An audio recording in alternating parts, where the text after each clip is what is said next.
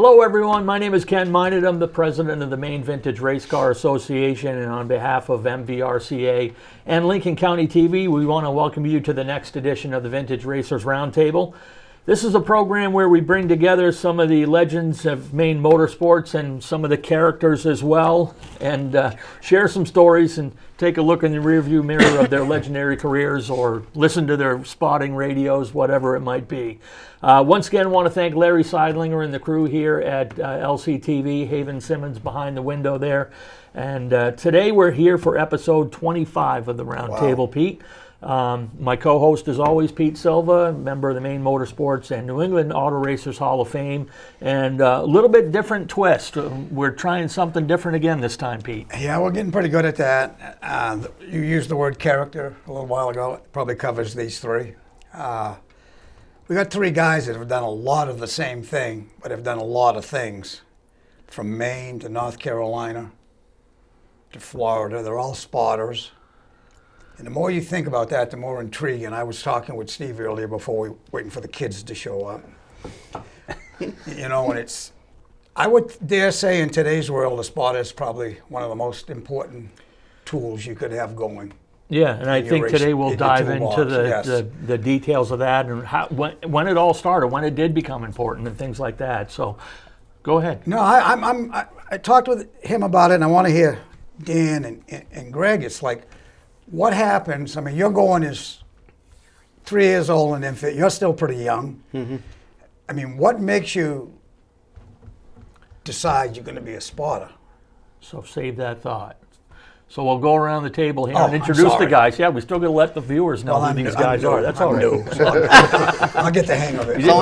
He didn't come to dress rehearsal again. No. So right beside you, we have spotter extraordinaire Steve Tapley. Welcome, Steve. Thank you. In the middle, spotter and helmet designer, creator of Night Owl Creations, Greg Emerson. He's wearing his latest Thank you. one. Yeah. He's wearing his and latest he won't give you today. One. And then directly across the table, spotter and marketing guru Dan Collins. Welcome, Dan. Happy to be here. All right. So yeah, let's get into this. And do I have to repeat myself? Yeah. Well, seeing we usually start with the elder statesman. Okay. So you've got that honor. Thank you. How long were you in the game? You know, you started with Sandy and Bruce. I think that's pretty cool, all people we know. Yeah. You grew up in Lewiston. You started in Lewiston, so you met them going to Oxford?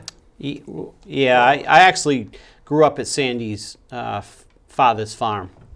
And I'd spend summers there picking corn, tomatoes, cucumbers. Wow. We could hear the open comp cars at Oxford from Minot, top of the hill, and we'd get ready to head to the racetrack. My brother raced street stocks, along with Sandy's brother and a bunch of other people from the farm. And we'd go up to the races and help them out, basically. So you're helping him on the team, and you go to the racetrack. We've got radios at this point, right? I mean, no, we're still early. So at that point, street stocks didn't have radios. So we got no spotter stuff going on there at all. Nothing.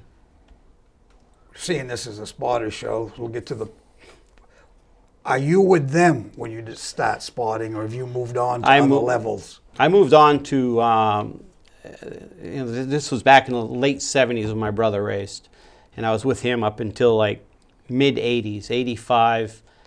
Bruce Haley was racing late models at Oxford, and I started helping them, and they gave me that radio and said, you know, just talk to them and keep them out of trouble, and that's what I did. So that's where the seeds planted, unknowingly to you probably at that point. Absolutely. At that point, you're not. I had no. Like the three of you got this as a career deal almost. Yeah, back then they didn't even have radios. I don't believe there was chalk. We had a chalkboard with a number on it, and we'd wave it at him when he's coming around to pit, or stuff like that. Somebody from back in my era. Yeah, you remember that, right? Oh yeah. I said, I still got one on the wall at home. Do you? Well, it was something similar. You still talk to yourself. Yeah. Hey, Greg, how are you? Yeah. At what point, though, do you make this part of your life? It just happened. I don't know. It just happened. You work for Bruce for 5 years, 6 years.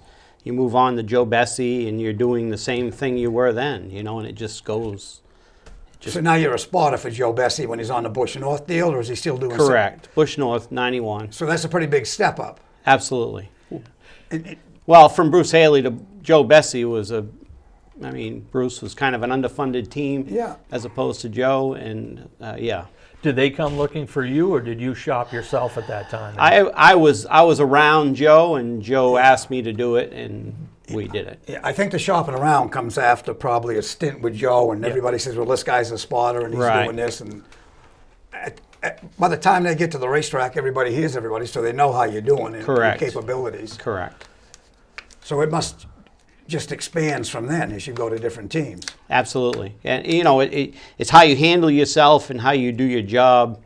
Word gets out, and it spreads, and Joe moves down south, and from there I go back to Bruce, and then, then everybody got all else, kinds of everybody great else names comes here we'll along. get to. Right.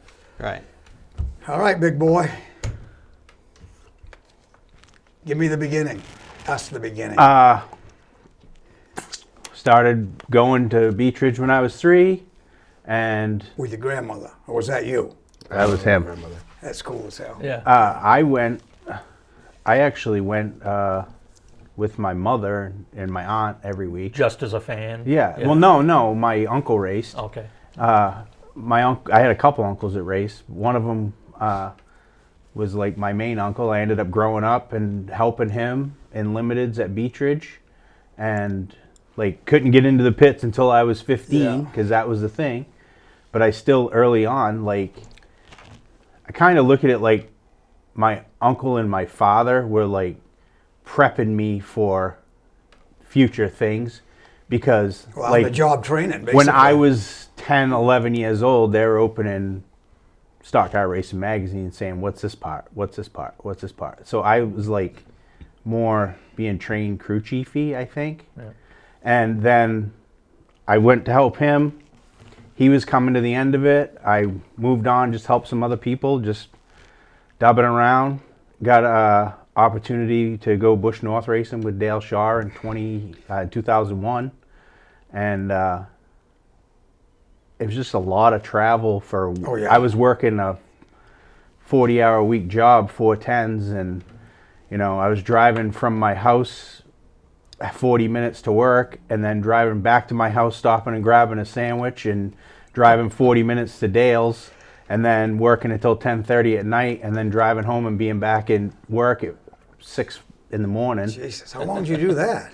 Just 1 year, it burned me out. Yeah. And it got into the third race of the year, and I said to Dale, I go, I need to stop coming on Wednesday night, and I'll come on Thursday after I get out of work, and I'll just stay up here for the weekend when we go away racing. That makes sense. And then so we did that, and it just and I enjoyed my time. I was just a crew guy, just a monkey. I like Dale. And Did you ever have any aspirations to drive yourself at all? when I was younger, and then when I got, no offense, Dan, because I know you've driven, but when I got intelligent and probably 16, 17-year-old, I realized what G-forces were. Self-awareness is important. Yeah, I realized what G-forces were, and I bet you realized I'm really big into safety stuff, and I realized that if I hit the wall weighing 300 pounds versus Steve hitting the wall at 150 pounds, I'm going to hit it twice as hard as he is. So it went away, and I had more fun Yeah. working on it and helping my uncles with setup and helping friends with setup.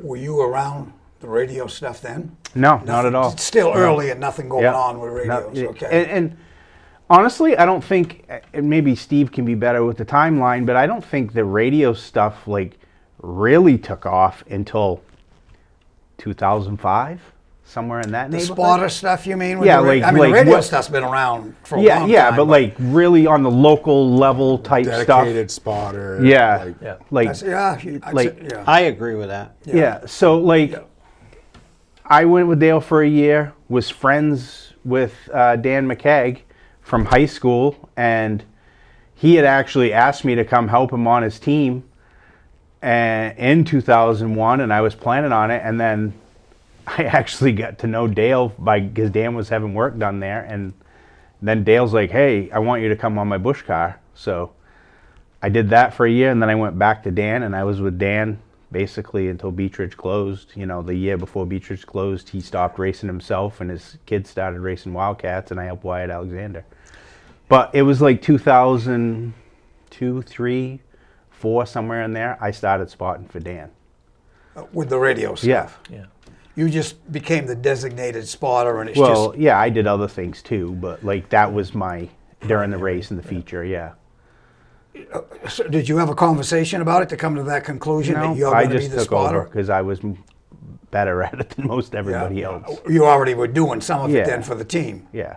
Everybody had radios on, and like one guy was watching from the back stretch and one guy was watching from the front stretch, and it just progressed into me doing it all the time. Yeah. It wasn't like a planned thing, and then I enjoyed it, and I pretty much stayed with him the whole time, and it wasn't until probably 5 or 6 years after that that I started dubbing around with helping other people in tour races and stuff like that.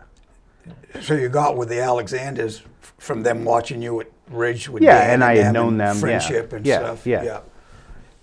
Yep. Yeah. So that Those was, are good people. yeah, they are. And like, that's one of my greatest accomplishments is winning that last race at Beech Ridge with Wyatt. Well, you always got to feel good Yeah. about something like that. It's just, you it was know. home, and it's, I mean, you guys have done a lot of the same people, actually. yeah. So you two are Beech Ridge guys, basically. Oxford? Pretty much, yeah. All right. Yeah. How did you get going? Well, I grew up at Beech Ridge. My uncle raced. He started a couple years before I was born, and my family was pretty big into it. His nephew started racing in the 90s too, so more of the family started to go. And same thing with Beech Ridge. You had to be 15 to get in the pits, and I wasn't a great child, so though I looked 30, they weren't going to let me. I actually had to bring my birth certificate to get in the stands as a kid, so I could get in for cheaper. So I could have definitely gotten the pits, but they wouldn't let me. So I had to watch, and that was it. And we had a scanner. My grandfather used to be a firefighter, so we had a scanner. I started bringing it and listening, and I just enjoyed it. Chris, you were probably the only one there with one of There those. wasn't a lot, but like Beech Ridge, you'd have the big late model race or the big super sportsman race. They could run radios in that one, and you know, it just I enjoyed listening because I wanted to be able to work on the cars and such. But like I said, I was hard to deal with, so they weren't letting me do that. Do you want to elaborate on that for a minute? You said that twice now. So you know, basically, He beats to his own drum, basically. Yes, I think we all do to some extent. So 2008 or 9, my uncle retired. I started going to a few other tracks with my stepfather, and then I started to get to touch the cars a little, work on them, help him build a car. He was from the same area as Gardner Levitt, so when the 1X car was driven by Henry Hudson at Oxford, I got to put jack stands under it and just kind of be part of it. How old are you now at this point? 16-ish, 15, Yeah.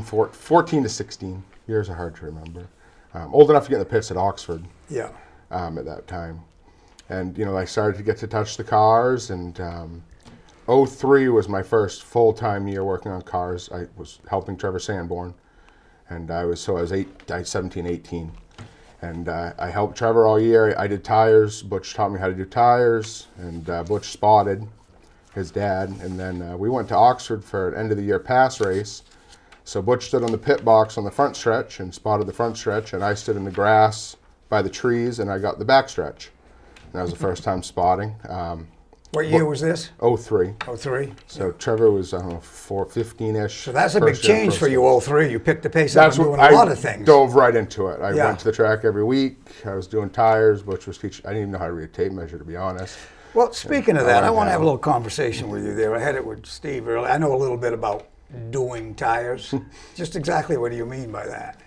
You're not just putting air on You're them just and running the tape babysitting measure them, on. you You know. must have done a couple other things. You're really just I'm not going to babysit talk them. about doing Yeah, tires. The only time- I've done tires. The only These are all time I've ever- halos, right? The No. only time I've ever done tires is Lee, and we got disqualified about 4 years in a row For doing tires. for doing tires. Doing tires, We may have left him wrapped up one night, planning on getting up around 7 to unwrap them, and woke up at noon. So that was a bad one. Yeah, less from doing it on the outside. Yeah. You got to do them on Well, the inside, then wash it with dish soap. This was a low budget team. They made the stuff and everything. So Listen, Yeah, I we remember. used to do it You want to too. talk about doing tires? I remember at Beach Ridge when they first went from stock style tires to racing tires to McCreary's, and then people discovered, oh, hey, if you do these things with these different chemicals, Allegedly. you can soften them. Did you know you could take the varnish off this table with the same product in a yellow and black can that you can buy at Ace Hardware that will soften tires? I wonder how many people passed out in their garage mixing chemicals in the beginning. We used to, I was at a big transmission shop, a gigantic one, so we used to use trichiethylene 3. Yeah, real chemicals. Real I'm Well, there's talking about chemical- zip strips. there's chemical stores in Wear Asheville. the gas mask and everything. So we used, yes, pretty bad. Yeah. So we started getting real toluene, not the Walmart brand, toluene, and putting a quart of transmission fluid in it. And that way your tires didn't dry out during the week. In the state of California, that's known to cause Yeah. cancer. When we did the transmission cleaner and mixing it, I told Gary Ballou 5 gallons. He was going to Nashville to the 400 deal. You know, that crew, they're a little different anyways. We told them how to soak them and what to do from the inside. If you're going to do them from the outside too. And he rented a room and put all 5 gallons in a bathtub and soaked tires off. He stunk everybody out of all the That tub's rooms. still black. But Yeah. he set an all-time record qualifier. I don't know how long they lasted, but So He I probably had wanted enough money. I wanted to ask, like, when you guys touched on it, when spotting at a local level started becoming important. Was that around the time when we got into the head and neck restraints and containment seats and drivers not being able to, turn their head as much and see what was going on? I think he touched, I think 03, 04 you were saying. 5, yeah. Because, I mean, I was doing it in 91, but it was on a touring series. It wasn't Yeah. local. I Gotcha. mean, we were touring. I was never really at a local track after I left Bruce in the end of the 1980s. So I think touring had it. And when we'd come to town, you'd have the advantage over the local guys that are trying to run, I think. yeah, on a tour it was mandatory. Yeah. After a while, Yeah, you whether needed I was it. down south or up here. If you were Right. on a tour, then it became mandatory even Saturday night, like at mean, Hickory, you had to have a spot. I can remember in 06, I was with Mike at the Past South deal, and I'm coming from NASCAR world where you could listen to race control, so you knew what was going on. You knew when the flag was coming out. You knew all that stuff, and other guys that were local trying to race against us, we'd get the jump on them every time. It's like we jumped the It was an green. unfair I mean, advantage. it was a 3-second. I mean, they're waiting for the flag to come out, and I'm going by Yeah. green. You know what Yeah. I mean? It's that simple. But I think that's where you could see the difference from touring to local. Right. I think it was that time Yeah. frame. Yeah, I think you're right. I think now thinking about it, you bringing up head and neck restraints, containment seats, and stuff like that. Absolutely. That just blinded them more. Yeah.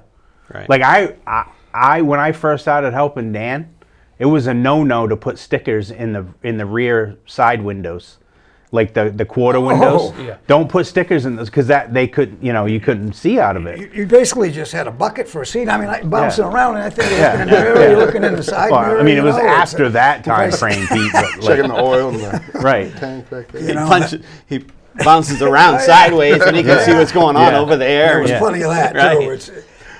But now, I mean, your head's in a Yep. cocoon. I mean, it's like I said, it's a marvel to me, and Steve and I were talking about it. Why I think it's so critical is going to the cup level, Daytona or Talladega, 3 wide, 10 deep, 200 miles an hour. A mile away from you. Yeah, and the spot is a mile away. Right. And when he calls you on the radio, you don't have time to discuss it. Or you guys calling him. The driver has to make the move at that point. So, I mean, that becomes critical information at that point to be Yeah. successful. I think he could probably speak to this more because I haven't done a ton of big track stuff. but like I think it's more advantageous on a short track to be on top of what you got for a car. Like, you don't want to tell a guy, I don't want to come on and say, hey Pete, there's a hole coming, get down now. Yeah. Because if your car is too free, you can't rip the wheel. Yeah. You know what I mean? You got to know what you're working with. You got to be half intelligent about it. Well, I was That's a actually good going to point. jump into that question at some point too. A spotter isn't just saying clear low or Yeah. whatever. You kind of have to know what you've got for a car, and you got to know the abilities In this day and age, yeah. weaknesses and strengths of the people you're racing around as well. I Yeah. think that might be the difference between a good spotter and a great spotter. Yeah, it's definitely evolved from that in a major way. I think it's an unwritten thing, though, that you have a connection with Trevor, I have a connection with Mike or Ben, that, you got a hole if you want it, that type of thing. Yeah. He knows enough, he can't get it. Yeah. And then all of a sudden the hole's gone, inside type, what I'm saying? It's gonna be open if you want So it. Right. do you say if it's there if you want it, or you haul it inside? It's a trust. If he's hung up on the outside trying to make headway, and he's 3-4 laps, he's heating up his right rear or right side tires. You got a hole behind him if you need it. He might back off and get in the hole. Yeah, so you we're talking can, two you can give him different the things information, now. but it's his decision. Right. Yeah, I'll tell him he has a hole if he wants it. Yeah, I don't ever tell him what to do. I mean, he knows what he's doing. So I'm talking about here and now, in the heat of dicing with somebody, and you're talking about being stuck on the outside, and there's a hole coming. You're right. I'm talking about right now. Yeah, right now. Dicing with somebody. You need to have that relationship. Yeah. Like, we just wrecked a car at Star with a kid I don't spot a lot for because he hesitated. Yeah. Trevor, for example, Would have turned. If there's cars coming at every direction, and I tell him he needs to turn because of whatever's happened, he's turning. That's what I've been trying to It's a trust. preach. That moment is so critical. Absolutely. I don't know the actual stat, but I want to say it was like 10 years straight we finished in like the top 5 or top 10 in points at Beechridge with Dan. And from the time I started spotting, I don't know if he did it before, but we never ran mirrors in the car. From the time he started spotting. He never ran mirrors.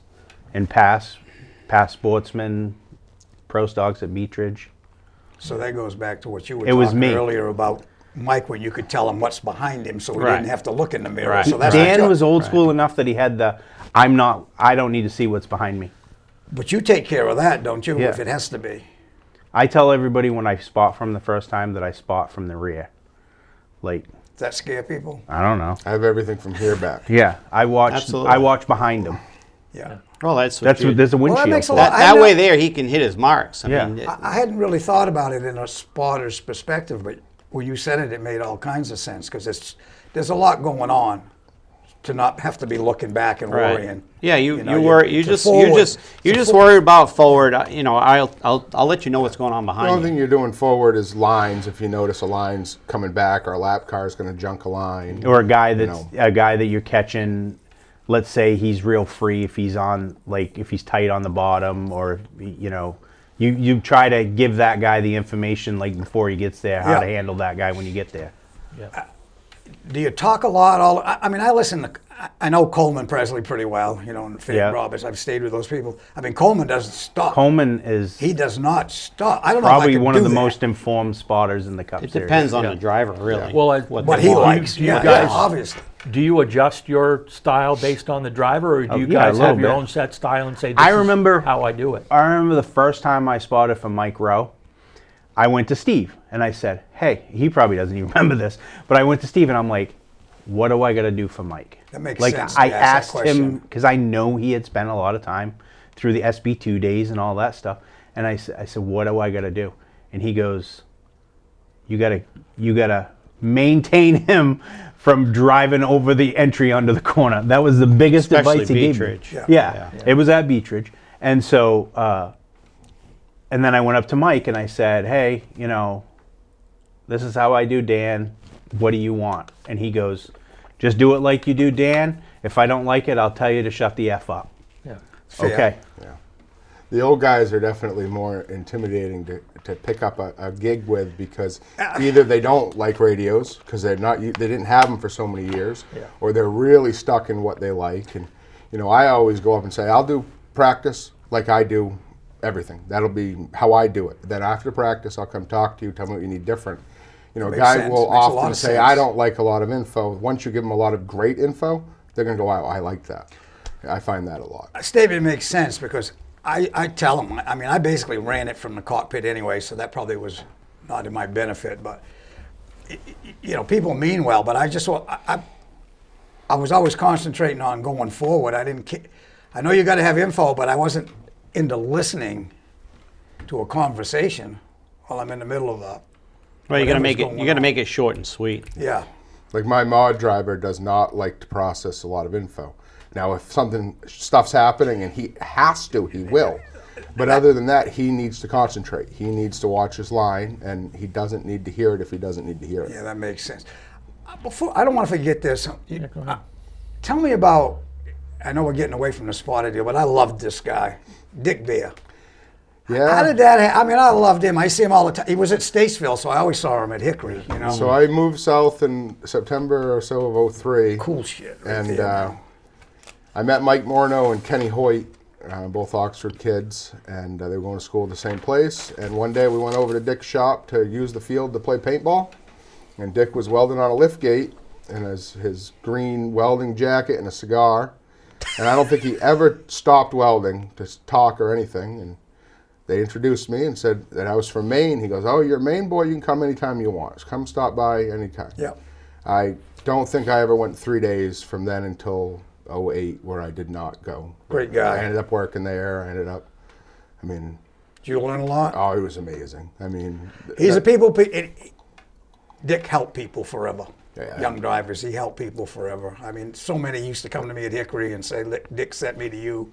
Would you help me do this? And it never was one division. It wasn't like, I got to be in a big division. It could be a 4-cylinder car. It could be anything. Oh, he definitely Dick had helped the racing. everybody. One of the things that I think is great about Dan and I is Dan's had crosses with old timers, and I have also, and like They directing at anything. no, I'm not like when my father was a teen, he helped looking guide at and you. Levitt on his car, and so my dad died when I was 19. And then I had to, I still had, whatever. So one of the first times I went to Gardner's to get parts for whatever team I was working on, I was like, hey, I'm Greg Emerson, He goes, oh, yeah? And I go, yeah. I go, my dad was Greg Emerson also. And he's like, yeah. He goes, well, you're tiny. And I go, oh, really? And he goes, yeah. And so from that day forward, I had a relationship with Gardner. And he called me tiny. I called up one day, hey, I need this, blah, blah, blah. It's Greg Emerson. And it was June, and she goes, I'll get Gardner. She gives Gardner the phone, and he goes, who? And then she goes, it's Greg Emerson. And he takes the phone, and he goes, who's this? And I said, it's Greg Emerson. He goes, Greg Emerson died in 1993 or something. And I'm like, it's Tiny. And he goes, oh, Tiny, what's up? Like that, like having that stuff you can't. No. And going up there and just hanging out and him sitting in the recliner and telling stories, it's like, you ain't going to ever get that stuff anymore. No, Gardner I've told this 100 times, and I said it on the last show. If Gardner's helped a lot, if it wasn't for him when we went Bush NASCAR North, before it was Bush Right. North, we shouldn't have been there. We ran all right, but it took people like Gardner to make us not look stupid. Right. And he put a lot of time in with us, thankfully. One thing I was curious with you, Dan, is talk about the ARCA deal.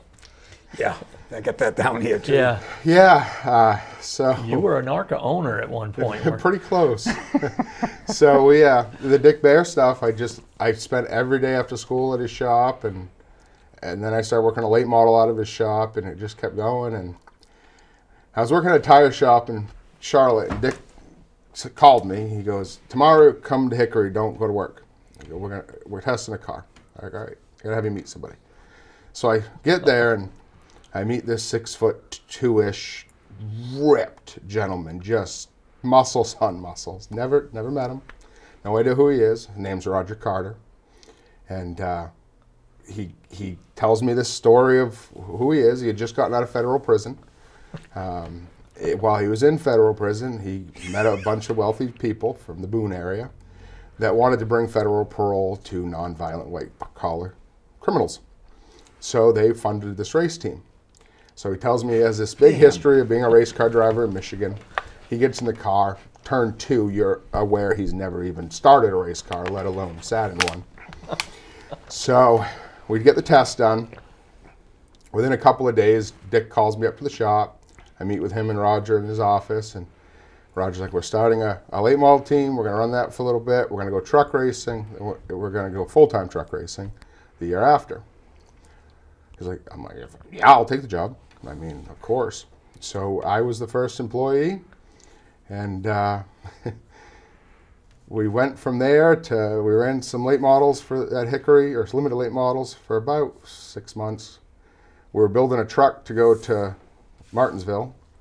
And of course, NASCAR hated us because, I mean, criminal in the car, and literally the hood said HR, whatever the bill was on the hood. And so we get to Martinsville. I'm a crew chief, registered crew chief on the truck. Intake's illegal, seats illegal, fuel cell's illegal. We send somebody back to get everything. So we roll up to templates, and back then they would only do the body around. They wouldn't do all the templates. So Wayne Otten's like points to the inspector to get the templates. So we had them come to the shop. It was a body change year, so we had an old roof. We had them come up, say it was fine. NASCAR's like, yep. Wayne said, yep. Well, they put it on. I mean, the template's this far off on the pillars because it's the smaller roof. So basically, he gave us 2 options. He goes, you can take, currently the fine is this much. And it was 20 some odd thousand. It was a lot.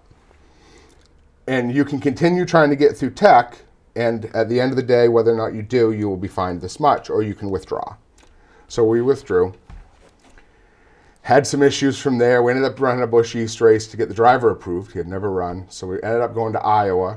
We ended up buying a Busch car, an old Cup car, made it an ARCA car. We went to Iowa. I had hired a whole crew by then. Now we're fully running on 15, 20 credit cards at a time from who knows who. And wildness. And we didn't make the ARCA race. Again, crew chief, as you heard, my history was tires for 1 year and some late model stuff. Now I'm crew chief in an ARCA car. The sway bar, we had it bound up. It had like 30 some odd % of cross going across the scales and tech. And we melted down the wiring. And anyway, we didn't make it. So long, I mean, it goes on for years, but a year and a half more. But we ended up next year going to Daytona. We had a full team. We had 7 or 8 cars for ARCA. We had 2 Busch cars. Carl Long became part Government of financing, or was there another gig going on? No, I was underneath one of the cars one day, and I saw a fancy pair of pants, 2 of them, standing at the nose, and I slid out, and they were in their blue Fed, whatever. Straight from the FBI or what? Yeah, U.S. Marshals. Yeah. And basically the boss had been spending so much money. Well, first he got caught flying when he couldn't, so he bought his own plane, and then he tried to fly at night, and that got bad too. Wow. And anyway, they were there because he had bought like a brand new Corvette and a brand new Escalade, and they're like, where's this money coming from? And it was about 4 months after that they came and locked him up. I was at Concord, and I got a call from my roommate. We lived above his garage at that point, and he's like, the feds are here. And this kid's an ex-fed too, so they can't be together. And you name it, it happened. But I got to travel the country ARCA racing. We ended up buying a number from James Hilton. So he sat in the passenger seat of a minivan and traveled this country with me telling stories. He's a good guy. And that, you know, you can't, I'm so lucky. The time between Dick, most of the time we sat in his shop around his desk, and all the people from NASCAR came in that you watched back in the day, and I'm a huge fan of the history of this sport. And they just told stories. I went to lunch with Bobby Allison one day just because I was hanging out with Dick. It was like that at Banjo's when I was there. It's like you just stand, and we can say this now when they talk about you don't know what it is until it's gone. Those Yeah, are perfect right. Oh, without a doubt. examples. When you sit back and, you got the Wood brothers in there, Junior Johnson, Bud Moore, and David Pearson. It just doesn't end. Yeah. And another thing before I forget, you act relatively sane for being around Tom Pistone. I did. Tell me about that. I love Tom. I worked for him for about a month. So the guy, Dick's friend Don Hume, who used to race Yeah. for him way back in the day in Cup, was dating Lena, which Oh, is Jesus. yeah, okay. So how's he mentally? It wasn't good. He was the male version of her, so they needed to sell parts online. So I went in and started inventorying the back end of the museum that he has or had. I don't know what's still there, and he Oh, it's was still right there. there, right next to me. It was. Let's sell this for this much, and he was like, "Can we sell it for 7 times as much?" I said, "Well, it'll be here in 10 more years," and I think it still is. But Oh, it is. but Rusting out. talk It's about terrible. a character, and just throw in those guys and the amount of time I spent with at least Dick and James, and then a month or 2 with Tiger Tom. I mean, You're talking about some serious, foundation builders there. Tom's been calling me, pounding me to write a letter to the Hall of Fame to get him in there. But yeah, those are good people. Lena's a little different, but she always works hard there, Well, takes care of her yeah, father. back you then know. she was doing the parts at Concord, and she just needed some help. Well, all 3 of you guys are brought up. And by the time you guys hit your stride, I'm 1,000 miles away. Okay, so I come back and I hear your names, and then you guys have done a ton of stuff with a ton of people. Yeah. Did you ever have the chance to head south very much, or? Yeah, but I had a family. I had a good job. I didn't want to start over, so I never did. You do any truck spotting? Once or days? twice. Yeah, Ryan Moore ran for Curtis Key. I remember. Yeah, Curtis. I tried to did a hire me little bit couple for times, Ryan, yeah. but it was didn't- more for Ryan. We did an ARCA deal or 2 at the same time. Talladega. Yeah, yeah. At a, 07, 08. yeah, did that kit 94 or something. Yeah, Max Dumouriez. He drove for Mike Olsen from Belgium. Young kid, came over with a lot of money and went home with nothing. That's a story by itself, isn't it? Like, Pretty much. that's the story of a lot of them. I used to watch Yeah. those guys land out in front of banjos in a helicopter with attaché cases handcuffed to their wrists. No kidding. Oh yeah, Wow. walk in there with. Well, that was probably the Pee Wee Griffith group, but I mean, they'd build those cars complete turnkey with a name on them. They just peel those thousands and thousands out of those attaché cases and hand everybody It's crazy. Rolex watches. Yeah, back in those days, there was a lot of businesses going on. In the early days, people didn't realize what was financing all those cars. But I would have thought, with your experience, you would have been up. Your choice, of course. It was I my can't believe choice. people don't call you to do other things. Now that I'm a truck driver, I'm a truck driver. I'm not. They don't even know I spot these truck teams or driving truck teams that I don't. So tell us your. And I don't put it out there that I do because why? Yeah. I mean, really. Yeah, this is probably easier. It's a lot Less easier. stress- Yeah, not it's as less stressful. stress. I get the truck there and done. So, Yeah. but So what? Tell us a CDL story. You were with one team, and it doesn't have anybody that can drive the truck. no, what happened was I was with Olson. I was working for Fadden Racing, 07, 08. I knew this Max Dumouriez was coming in. He had a 2-year deal with Mike, 07, 08. I knew at the end of 08, Talladega race, that was going to be my last race with Olson. And I told Mike during January and February of 08 that I quit my job to go truck driving. And I ain't got my license yet. I need to go truck driving and get my CDL. So I went and got my CDL in early 08. And then I got let go from Olson after Talladega in October of 08. And then Jamie Obie called me and said, "Hey, I heard you got your CDL. Why don't you come spot and drive truck for us?" Yeah, That's see when that. I went on to 09 with Delaney. So that says full K&N and a handful of ARCA shows. Yeah, we ran a bunch of K&N, or all K&N, some ARCA shows. That's yeah. where you and I start having some odd connections. Out of over the next Mayfield, yeah, we're out of while. Mayfield, New York. Yeah. We And, got to listen. You started that. Finish Well, it. the ARCA, most of the ARCA team that worked for me went with Delaney drove that's for right, us for a few races. We were at the end of the budget about trying to get him to sign on to keep going. And then most of the team went to New York and went to go work for Delaney full time. I went home and quit racing.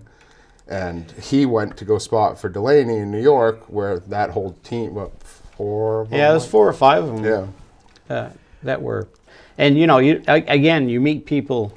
I mean, you meet people, and everybody's like this, really. Yeah. It is a family deal. But it was all Obi. If it wasn't for Obi, I would have never even thought of doing that. Jamie called me and asked me, and I can remember the first trip was we went to load it up. It had Kelly Moore's old hauler, and he had a brand new Peterbilt, and I took that thing to Caraway. I never drove a truck so big in all my life. I remember he told me to take it to Caraway. I got to Caraway on Tuesday. What were you racing at Caraway? We were testing. Oh. We were testing a K&N car, or Camping World East, whatever it was To at go that where? point. We were going to be at Greenville. So Caraway Tuesday. That makes sense. Tuesday, Caraway. Wednesday, Hickory. Thursday into Greenville. After Caraway, I told Jamie, I said, I quit. I can't do this. Anyway, it was first time I ever drove a truck so freaking big in all my life. You're running little pup trucks to get your license. Yeah. And Jamie come unglued. I don't know if you know Jamie much. I He's know kind him, of but a big guy, and Yeah, I he's seen him flip out. Yeah. oh yeah. He flipped out on me. I was rooming with him, and I told him I can't do this. What do you mean you can't do this? I said I'm make not you I'm not a nervous? good. Just nervous? I was nervous driving the truck. It was first time something so big, right? Yeah. Anyway, he told me, you better not quit on me. He said, I put my job on the line, told Tim Delaney that you were the best driver and blah, blah, blah. And all right, I'll try. And I did. I ended up, anyway, stayed the So, whole. but basically, did you a favor?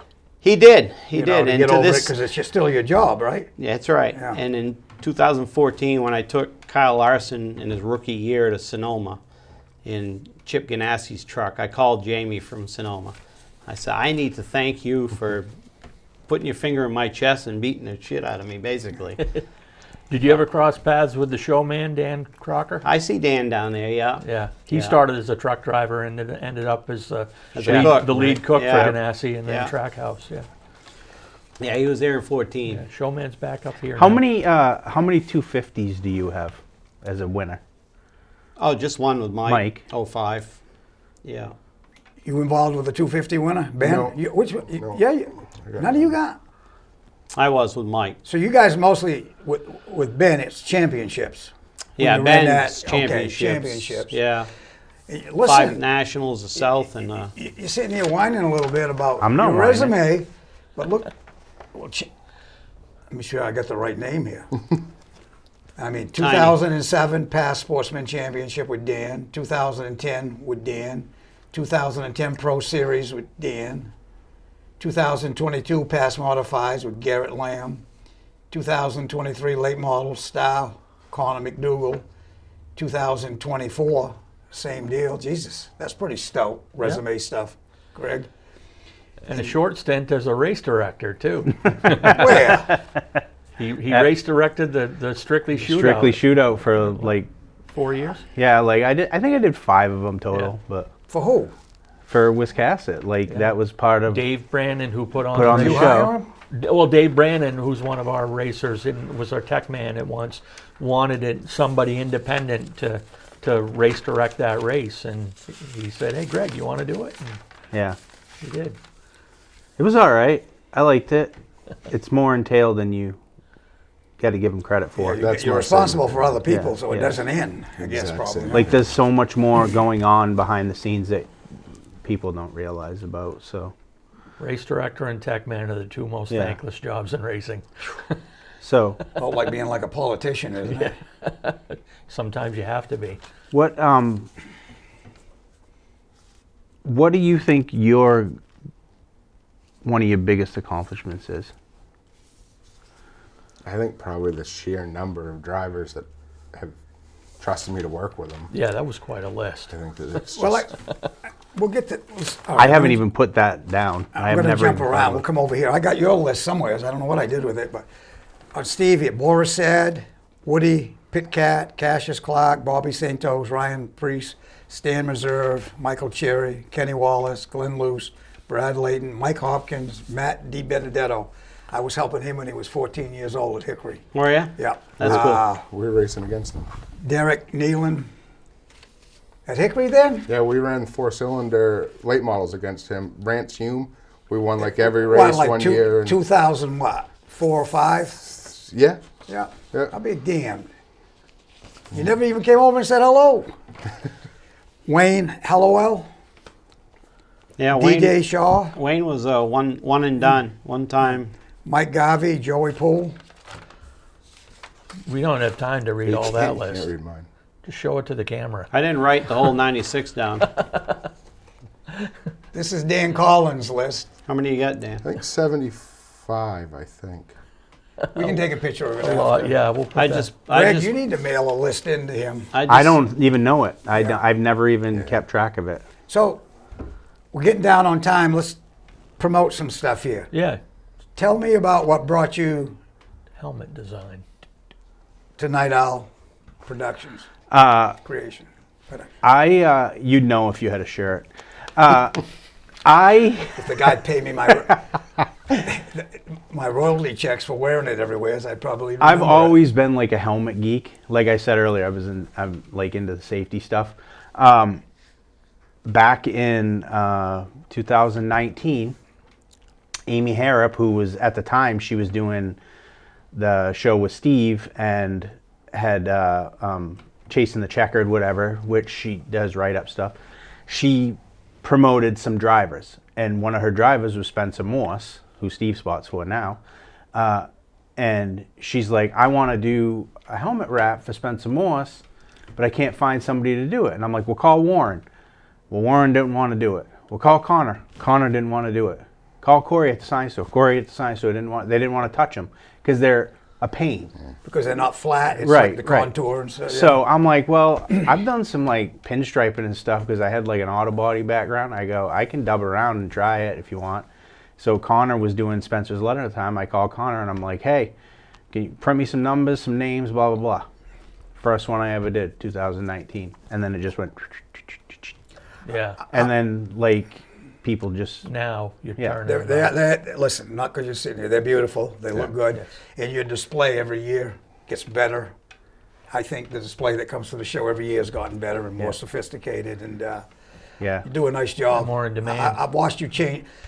To you as a person, I've watched you for the last 2 years change a lot. I know you're probably saying, what the hell is he talking about? But I just think you're more calculated and more professional than Finding you were. your And that's a groove. complete compliment. And it's not that you were bad before. Right. Just finding your groove. Probably maturity is the word, isn't it, as you get older? Yeah, the last 2 years are the first time that I've kept track of how many I did. And I did 93 last year. Oh, shit. Congrats. You're shooting for 100, of course, this year. Yeah, I did 78 the year before that. Nice. So, and every year, if you watch right around the 250, I usually post a picture from the spotter stand. 8 helmets in this year's 250 or whatever, you know. So, Yeah, it's nice.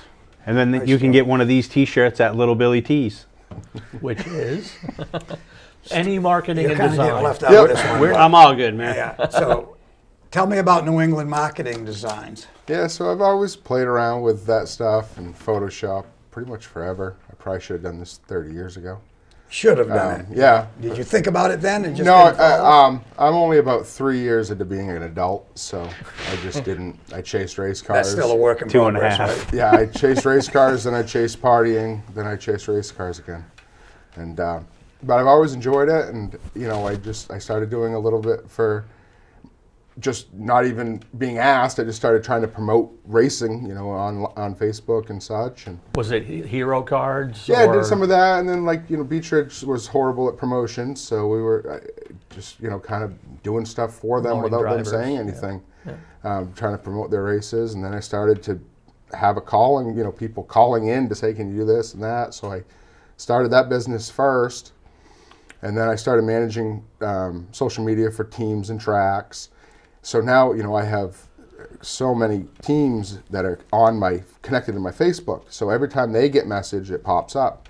So I'm sitting around the track, and the driver's going out for practice, and they're like, "Can you bring a shirt to the front stretch? Can somebody meet me in 21 minutes in the parking lot, 6-car in?" You know, and it's just blowing up like constant. And I'm like, this doesn't need to be that way. And that's when I started thinking about the apparel. And then when you'd go south and you'd see what the dirt teams do. Yeah. And it's like, why don't we do that? It's huge. So that's kind of why I started it. And what I do is different.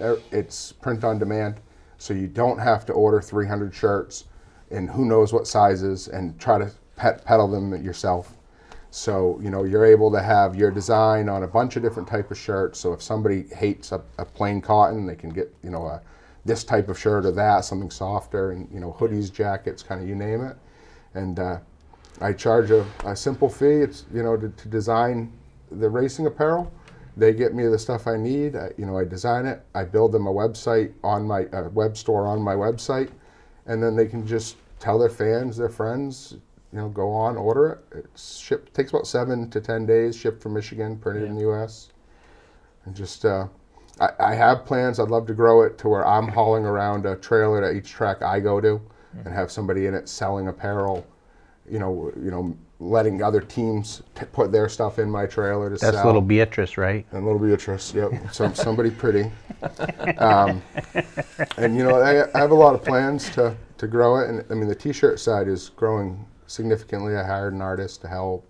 You know, I've got like 14 So the of T-shirt them. side with marketing designs, this is not Little Billy you're talking about. Yeah, so I have Little Are Billy. you tying them in as one right now in the conversation? Yeah, I do Okay, both. So yeah. any marketing design, you know, I do anything that I have a printer. I do banners and signs and decals. I don't do wraps or anything like that because my office is literally my kitchen, and it's hard to put a car in there to wrap. Mine is too. Yeah, I bet. And you know, but I do. It takes over, doesn't it? Oh, it's bad. You know, I do a lot of social media management. I run social media for DJ Shaw, Trevor Sanborn, Those are good names to have. Dan McKegg. It's a pretty solid list. I have about 7 of them. And growing, I actually just started working with Star Speedway. I saw that on there, yeah. There's no technical position, but I'm going to start doing some marketing and sales and promotions, and I just did some race control with them just to learn it. I told Bobby a couple years ago that I want to try every position at the track. I'll even clean the toilets Welcome once. to the dark side. And I need an old man job when I don't want to travel anymore. And I enjoy business. I enjoy how money is made and how money can be made, and I enjoy that side of business. And he's, you know, done it for a long time. And he's less excited about that stuff than I am. So I think and we work real well together. We spent 22 days So in that's Florida. almost perfect timing then. Yeah, I think it works well. And, you know, just we're slowly introducing me to the horrors that is that. But I'm into it. And, you know, it's kind of, I think it's the next step. I don't think it's something, I don't want to give up spotting now. But I think I'll slow down a little bit next year and start doing a little more there and being there more. And, Well, you're almost going to have to pay attention to it, aren't you? yeah, I have a pretty full plate. Yeah. I pretty You much do. work every night. You all do, really. I work every night from about 6 at night to 2 a.m. on my side Jesus stuff, and then I go to Christ. work at 10 the next morning. But I'm not complaining. So that 'cause must be the difference it's fun. between 30-something and 77. Yeah. How old are you? I just turned 40. But 51. 51. I didn't think you were that old. I didn't either. Not for any particular reason. I just didn't think you were. And you're what, 63? 3, yep. Yes, sir. So it's like a 10-year gap. Yeah. What is, like, this is one thing I'm like, I don't know, it's been kind of bugging me lately. And I don't know how to ask this question, but how do we get more guys to be a spotter? Because Or there's a shortage. Like, I'm getting messages. the right kind of guys. One of the best ones I've heard, and I know it's the family connection, but go online and watch Dan McKay Jr.'s videos and listen to his twin brother, Sean. He's as much of a motivator as he is a spotter. Yeah. And isn't that kind of an important part of the job, Yeah, too? it depends Keeping on your driver who it is. focused? Yeah, some Depends on the drivers, driver. Yeah. some drivers got to keep calm. Some you have to pump But up. That's my Sean protege. McKay is turned into a great spotter. Yeah. As critical and as much media attention as spotters get now. And if you got a young kid, not everybody's mechanically inclined. Nobody is physically into everything it takes to do something in the pit area. But you got to know racecraft. You got to know what's going on. I do Why think. don't you set up a school for that? Yeah. A class. Kind of a like sport. Greg Glad he with pointed Sean, you. you know, I have somebody that I brought up through. He told me one day he wanted to spot. It was a good friend of mine, and I said, "Here's a radio. Hang out with me every week." You got to find somebody that's dedicated enough to do that and Committed, yes. Within a short time, they have to be committed enough to invest in their stuff, their equipment, you know, and invest. It's time. You got to do, you know. I had a lot of times 3-4 races a weekend, and that's how you start. I was going to say good. one thing I think that's helping, that will help that question, Greg, is NASCAR and their broadcasts are starting to bring spotters to the forefront. Plus, you got shows like DBC and stuff. But now NASCAR is showing what these spotters are doing and how they're Yeah. involved. So That's it. Maine's connection obviously is Derek Derek, Nealon. right. So That can be Sean's good enough that if he wanted to pursue it, he could. Yeah. Can be a good thing or a He bad could thing. he could Double-edged sword. improve Yeah. and go on. And there's only 40 of those guys every week But too. for the longest time, it was just the drivers they were showing. Now they're showing crew chiefs. Yeah. Now they're introducing the Teams. the teams, Yeah. and the spotters are being put out to the forefront too. And I think that'll help. that's a bit of a double-edged sword because you get a lot of kids who think they're gonna, you know, they're Winston Cup on day 2. Yeah. Yeah. And you get a lot of that, and you know, they do tend to weed themselves out within a year. Some of them all of a sudden go work for big teams from that somehow because they're literally overselling themselves and actively. location. Road yeah. course races Yeah. have made that happen. yeah, that's a big They're doing a lot more road course racing, so they need 3, need 2 or 3, 4 spotters. yeah. At a road So, course. so you get extra people going, and if you're good enough, you're good enough for 3 seconds. Then he's gone. You know. But if anybody's thinking about everything you're saying, how do they approach it? I mean, where do you start? There's Go no- talk to somebody like Well, that's one my of us. point. That's why there's not like everything else we do. We ask the phone or get on the computer. I get And messages. a Google search on how to do things. When I first started with help teaching Sean, obviously they let kids get into Beechridge. When you they were guys young. did it, it was on the job He training. was when they you were started. listening to me as kids. Yeah. And I'm not saying I'm great or anything, but like, then I started, like they were allowed to go in the pits at like 12, 13. And I was like, okay, you're going to spot your father in practice. Yeah. So he would spot Dan in practice Right. and then get critiqued basically. Yeah. But it's Way- still way- hard to get way that into it. opportunity. Right. But If it's kids, just some kids kid. nowadays, they know that we're getting our way paid to the races. We're getting fed, and they expect that and more nowadays. It's like Instead of just doing it's it. like for the trying to enjoyment. find someone to volunteer. You ain't gonna find that anymore. Right. Back in our days when we were younger, you volunteered. I worked for 20 years with Dan McKagan. I got my way paid. Absolutely. Yeah. Oh, God, I mean, it was, yeah. Yeah, they might look at, you know, I mean, most of what I do is paid. I mean, I have friends where I would happily spot and I don't need anything. Yeah. But when I'm taking 2 days or a day out of my time, I'm losing money. So, you know, Well, that's different. and though. they'll look You've at earned that. that. Yeah, they'll Yeah. look at that and go, well, I should make what he makes. Well, it's well, part of no. the program now. You know, I mean, you yeah. guys are. This is a conversation that him and I constantly have is like, where are you at? Like, because I look at us as peers, you know, and I don't think I'm above anybody, but I also don't think that like I can stay home and do a helmet and make X amount of money, or I can go sit in the blistering sun. So I'm going to make at least that amount of money. Yeah. And it's different. A weekly show is different than a past 300. Yeah, oh, yeah, yeah. But after 40 years of doing it, I'm actually this year I started saying I sit at Oxford in that seat, and if there's someone sitting there, I get up there and I say, "Listen, I've been sitting Yeah. in this seat longer than you've been alive. Give me my seat." That's all I asked for. Yeah. Thank you for what I mean? And if you're, I don't know if that makes sense. if No, you're one of, I mean- if you're one of us, who Phew. there's like a 10-year gap right here. There's a 10-year Makes gap. sense. If you're one of us, that's Steve's seat. Yeah. Well, Yeah, you guys know, right? everything you do, you see, you've learned to calculate it from that seat. Yeah. At Oxford, your vision. Your And old, it's not only that; it's kind of superstitious too. Yeah. Well, racers, yeah. Well, it's like Like Billy Clark always wore red socks. Did you know that? there's Oh, listen, I had a shirt I wore till it fell off me. On it. There's a respect level that you must pay, as far as I'm concerned. That makes sense. And like Steve's nephew Scott, who race directs for ACT and everything like that, was wondering if probably there was one a of the best relation. race directors there Wondering if is. there was a relation there. Yeah, he my used our ad nephew, from the grandson. Augusta Yeah. show for one So- of their ads. He spots for Cassius. Well, the year that Cassius was running really good, and I had a upper level spot, and I'm friends with Scott, and I knew Cassius was coming to the front. I'm like, hey, I tapped him on the shoulder. I'm like, switch on the, you know. So we switched. I gave him my upper seat. Better view. So because they're going for the win, and I'm not. You know, I'm out. I think I was out of the race at the time, but also I don't get up and move in the middle of a race because I'm a billboard, and I don't. I like try to I don't move if my car's out. I don't move until there's a caution or something. Well, that's pretty fair. Yeah. But one more. Yeah, What year was your first check? That $200 check. That was the first time you got paid the spot. Yeah, For who? Patty Moise. 98, Michael Waltrip racing. Patty was driving. I remember that. M&W Windows. Yeah, yeah.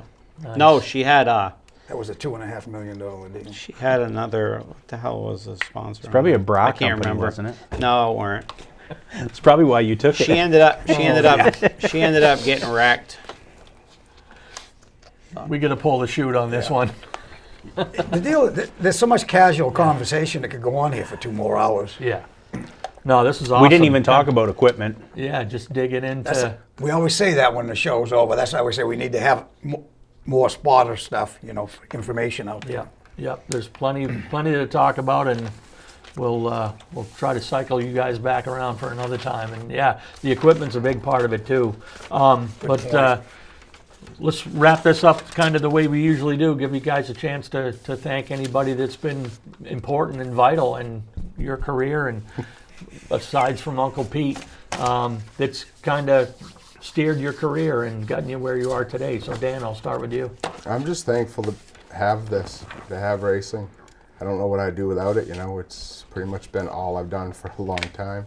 And I'm thankful that, these families put me in charge and of the safety of their kids a lot, and I'm thankful to be able to do it and keep them safe. That's a big statement. It is. People don't think about And that. without but knowing, you're responsible for their kids. Yeah. You have to be all in. Yeah, that's a good statement. Greg. Obviously, family that helped me through the years. I don't want to say I threw away my life, but it's like I never had a career. I've always just flown by the seat of my pants and had 9 to 5s to get me by, and so I've had a lot of help through the years managing my craziness.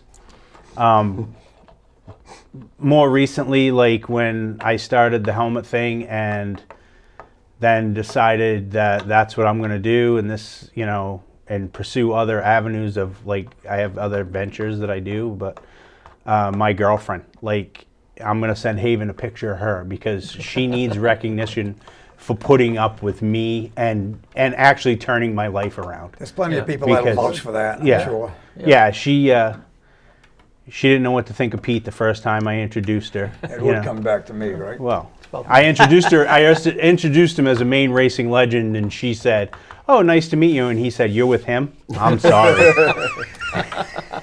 That's good.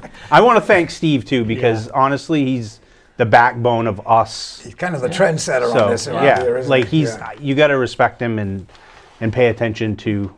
I'm not saying the word. Give you something to follow and Yeah, learn from. right. Yeah. How I about you? appreciate that. How about you, Steve? I'd have to say Bruce Haley. I thank them for getting me started. Jamie Obie for getting me started truck driving.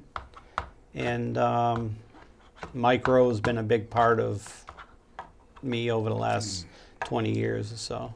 Not a bad person to hook, Yeah, hook you yourself guys all to. get some nice people.